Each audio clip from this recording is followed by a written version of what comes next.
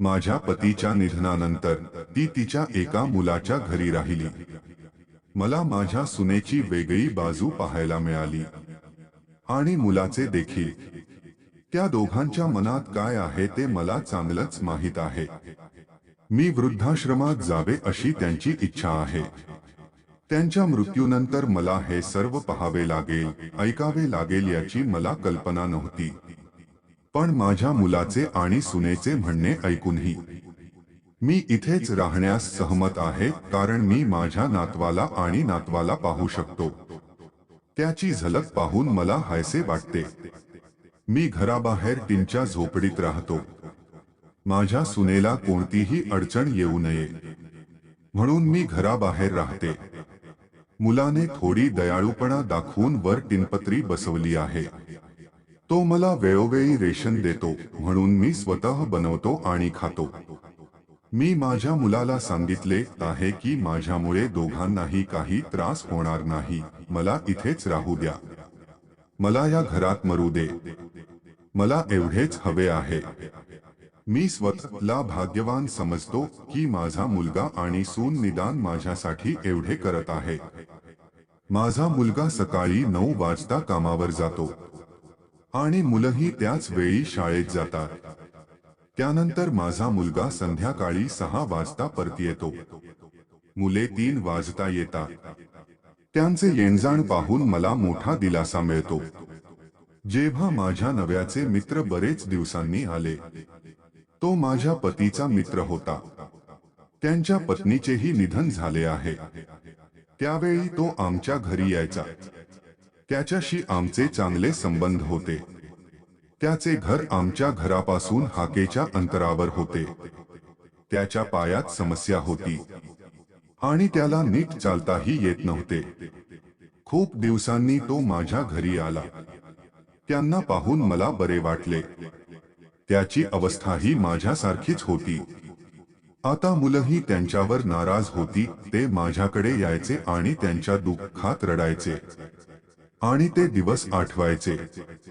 म्हातारपण आपल्यासारख्यांना खूप रडवते।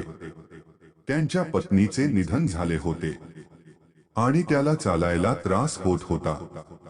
त्यामुळे त्याला जेवणही मिळू शकले नाही। जेव्हा तो माझ्याकडे आला, तेव्हा मला समजले की एवढ्या त्रासातून गेल्यावर तो त्याच्या जुन्या मित्रांच्या घरी चहा आणि खाण्यासाठी गेला असावा।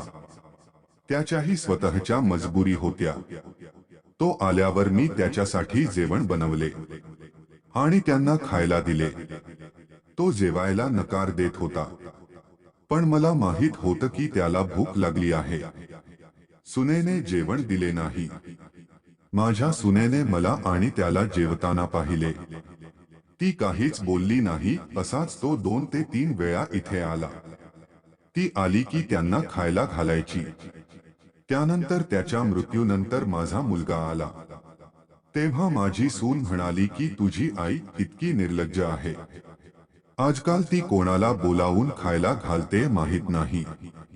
ते मोठ्या कष्टाने कमावले आहे आणि ती लुटण्यात मग्न आहे। त्यांचे रेशन बंद करा आणि ती काही दिवस उपाशी राहिली तर तिचे मन गमवेल।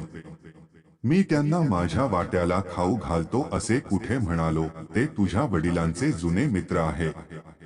तरीही सून उलट बोलू लागली, घराबाहेर राहून स्वातंत्र्य मिळाले आहे।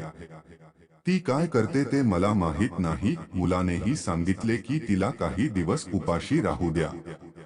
माझ्या मुलाने मला घराच्या मागे नेले आणि सीडीजवर बसवले आणि आता इथे बसायला सांगितले। आता माझे अश्रूही सुकले होते।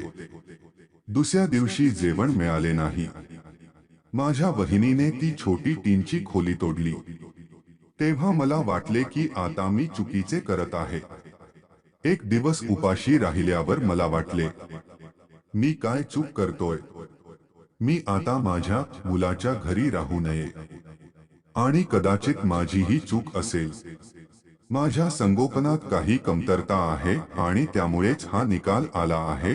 दुसऱ्या दिवशी सकाळी मी माझ्या मुलाला सांगितले की मला वृद्धाश्रमात सोड। आता मला तुम्हा दोघांना जास्त त्रास द्यायचा नाही।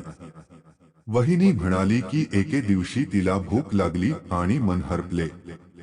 मुलाच्या चेहऱ्यावर एक विचित्र आनंद होता आणि तो पटकन तयार झाला मला सोडायला.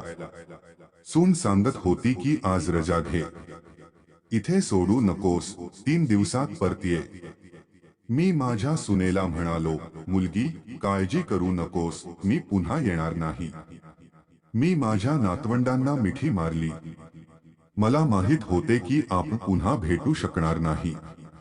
मलाही एकदा माझ्या मुलाला माझ्या मनापासून मिठी मारायची होती, पण तो म्हणाला चल लवकर करू. मी माझ्या सुनेला म्हणालो की मुलगी स्वतःची काळजी घे, माझा मुलगा मला सोडून गेला.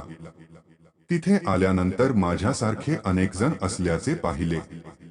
काही दिवस उदास राहा आणि मग सत्य स्वीकारा. मी आता इथे आनंदी आहे. मी पण काही काम करतो. असे कोणाच्याही बाबतीत होऊ नये तसे मला म्हणायचे आहे, पण हे कधी कोणाच्या बाबतीत घडेल हे कोणीच सांगू शकत नाही. पण पालकांनीही अशा वेळेस तयार राहावे. फक्त आपल्या मुलांना वाढवा आणि त्यांच्याकडून कशाचीही अपेक्षा करू नका. अशाच कथा पाहण्यासाठी चॅनलला सबस्क्राईब करा आणि लाईक करायला विसरू नका.